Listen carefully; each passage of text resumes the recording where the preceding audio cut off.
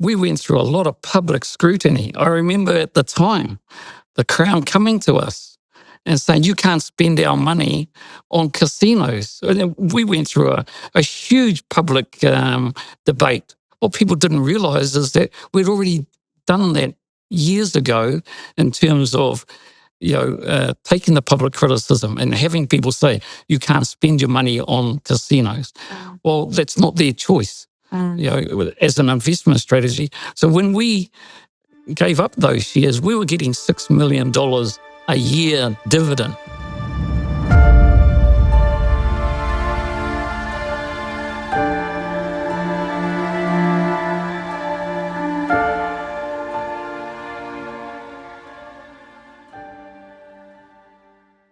Tēnei e mihi ana ki a koe I tēnei wā I raro I te tuanui o te kāreti me ngā kaupapa kei mui te aroro. Thank you for participating in this interview, and it's an opportunity for you, in your words, to reflect on the last 30 years of the settlement, but more importantly, the time at which you entered into the tribe to make a contribution.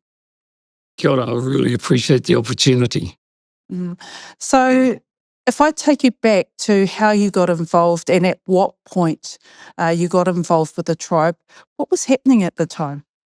Well, it was really interesting because I was working for Potama Trust in Wellington as the accountant, as the CFO.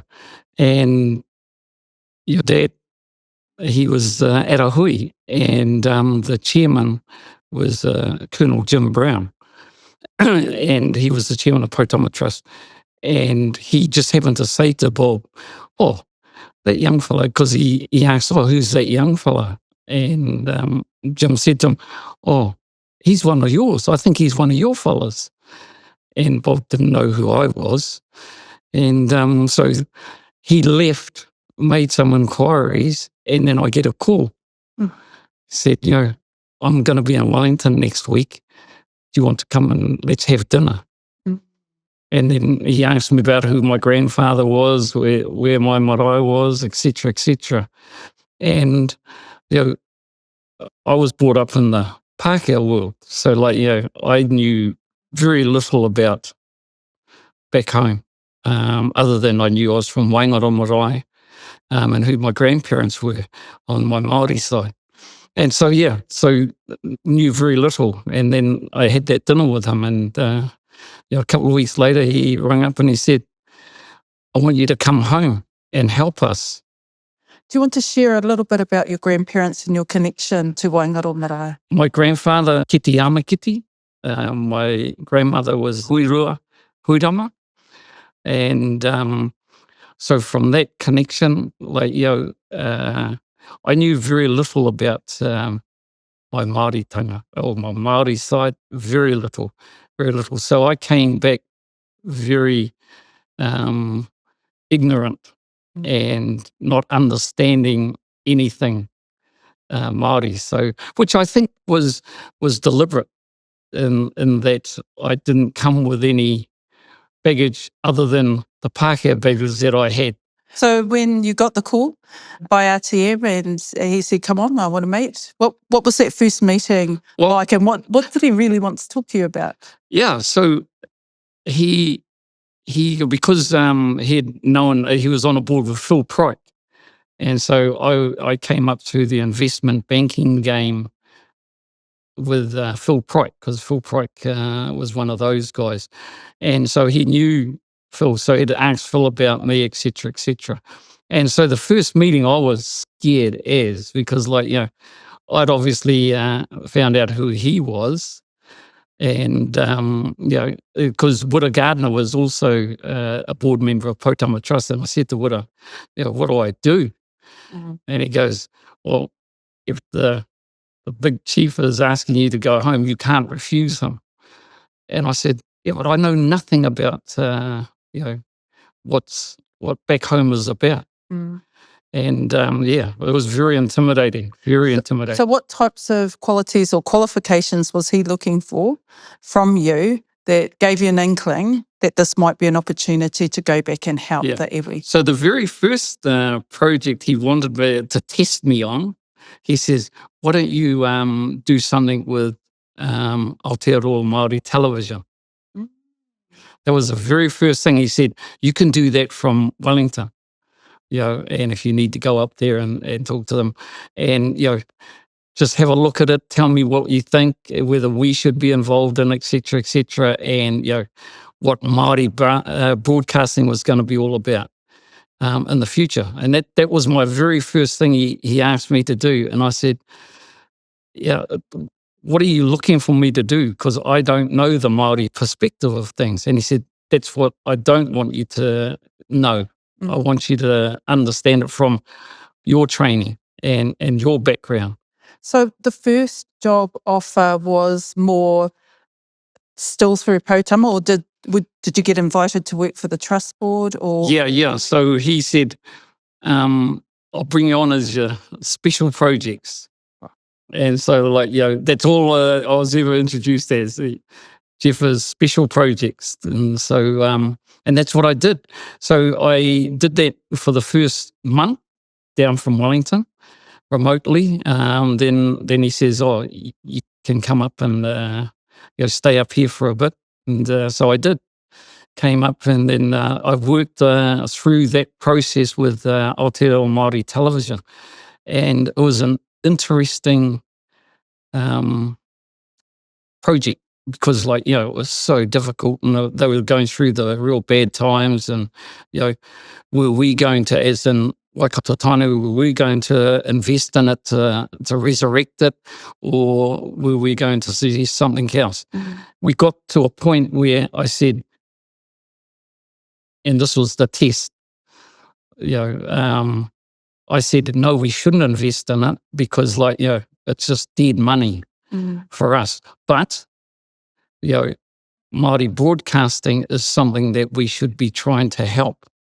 And so it went from that to setting up some sort of entity for Māori broadcasting, which, after all of that work that we did, out came Māori television, the idea of Māori television. So the time that you got involved with the tribe was just after the settlement? Yes. And it was an opportunity for the tribe to start to look at the types of investments that it might be interested in. And the reality at the time, if I recall, was that there weren't too many Māori that had the investment or financial skills. And so someone like you was seen to be a bit of a catch because not only were you from the tribe, you had some investment skills, you wanted to bring them home. You also had to work alongside other non-tribal members within the iwi at the time. What was that like, given that, you were saying you were just getting to know the tribe, but there were also non-tribal members, Pākehā, working in the iwi too. Was that a that was a huge problem for me, even though I didn't know too much about my Māoritanga and that sort of thing.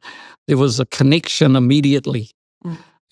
And under the guidance of Bob, I remember when the first time I came back home and stayed here, and it was, he rang me up at about 2:00 in the morning, and he says, "Oh, we're going down to Taupiri."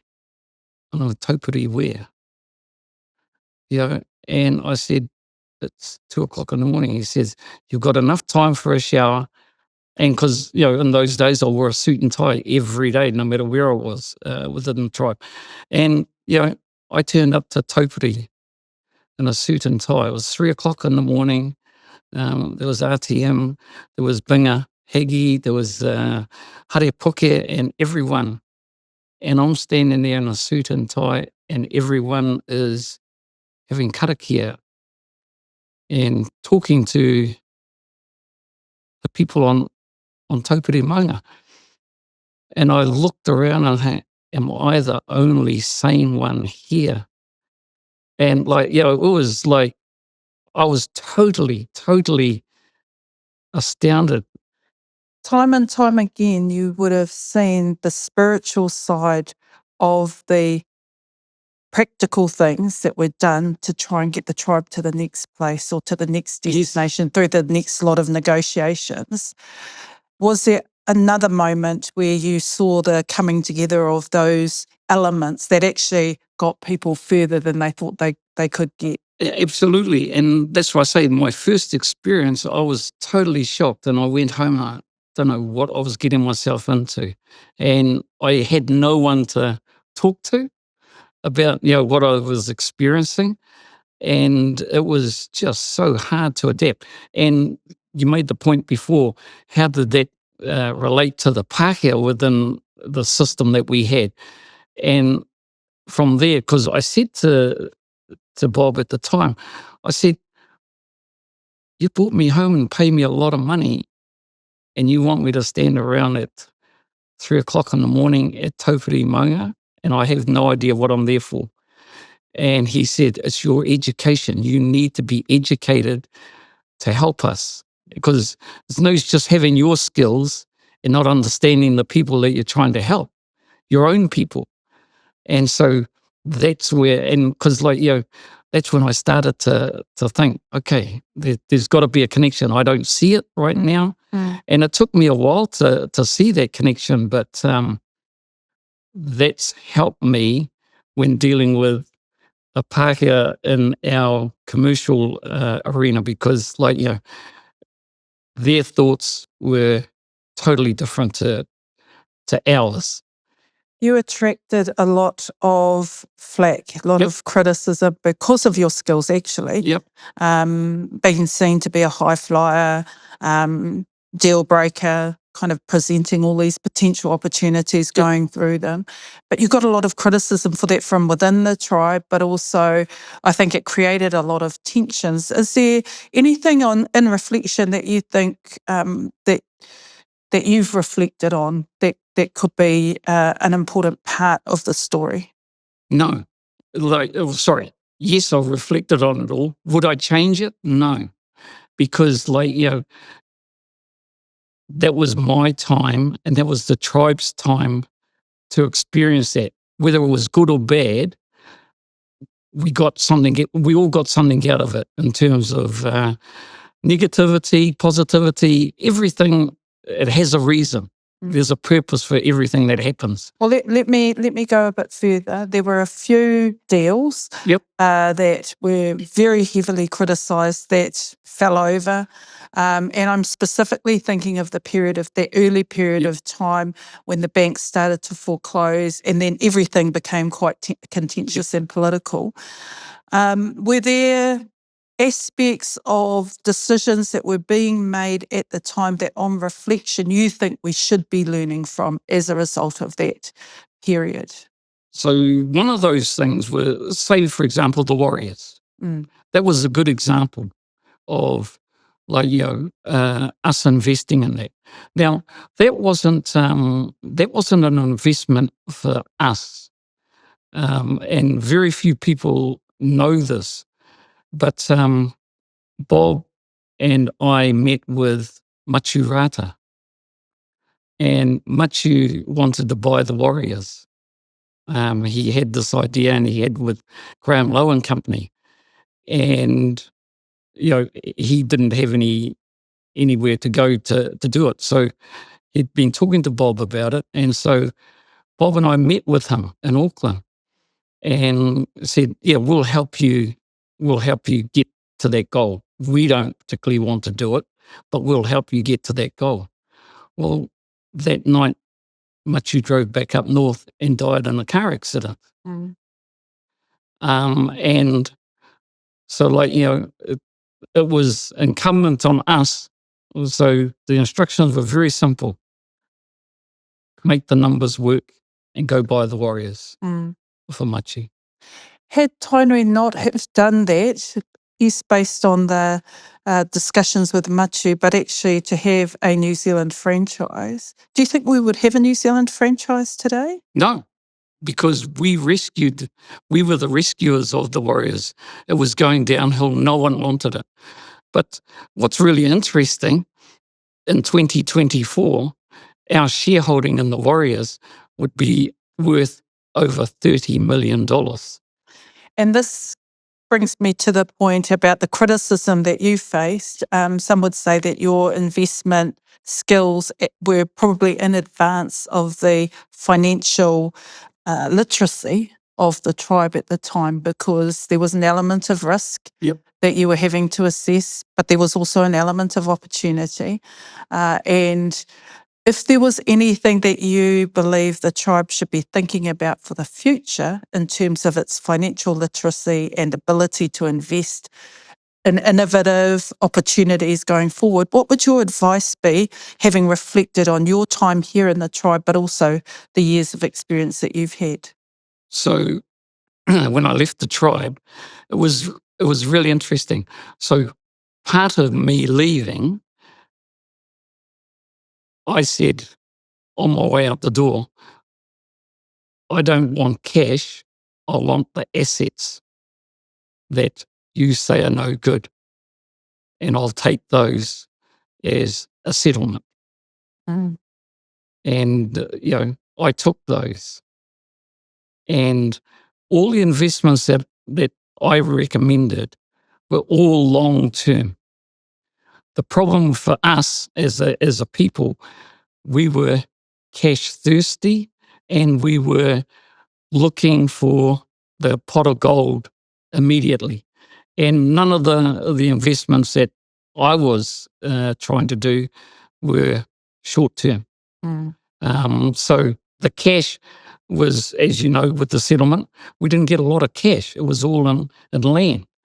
And so our cash resources were very limited anyway. Mm. And so it was going to be very difficult to increase that cash. And the only way that you could do it was through long-term investment. Mm. And like I say, the Warriors is a good example. The other good example was the casino, getting into the casino here. Now, we went through a lot of public scrutiny. I remember at the time, the Crown coming to us and saying, you can't spend our money on casinos. We went through a huge public debate, but it wasn't about that. It was about the investment, and very few people saw that. Now, when we sold those shares in the casino, because we grew a conscience, we grew a social conscience. But what people didn't realize is that we'd already done that years ago in terms of, taking the public criticism and having people say, you can't spend your money on casinos. Mm. Well, that's not their choice, Mm. as an investment strategy. So when we gave up those shares, we were getting $6 million a year dividend. Conservatively, how much that dividend would be worth today? Multi-million-dollar. And so, so for all that heartache that we went through, and it's a bad investment because of the social issues, et cetera, well, we've missed out. Mm. But the interesting thing that what I wanted to say was that, so the assets that I took away when I left the tribe, they came to fruition. Mm. Now, I'm not going to say how much money, but I made a lot of money out of those assets.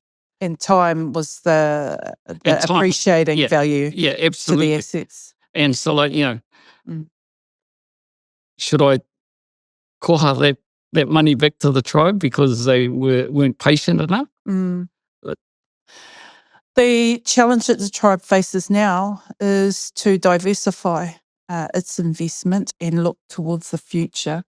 Again, your reflection over where we've come from to where we need to go. Are there any hints that you might have for the next 30 years ahead of us? Yeah, I think we need to, and we've always said this, but we never do it. We need to diversify.